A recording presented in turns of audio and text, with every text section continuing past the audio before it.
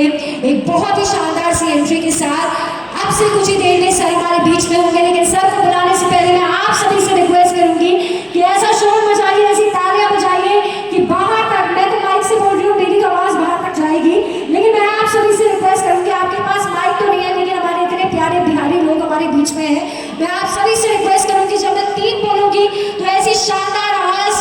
ऐसी शानदार तालियां बजाइएगा कि आपका मैसेज, आप उनसे कितना प्यार करते हैं, ये मैसेज उनकी तक पहुंचे जो कि बाहर हमारा इंतजार कर रहे हैं।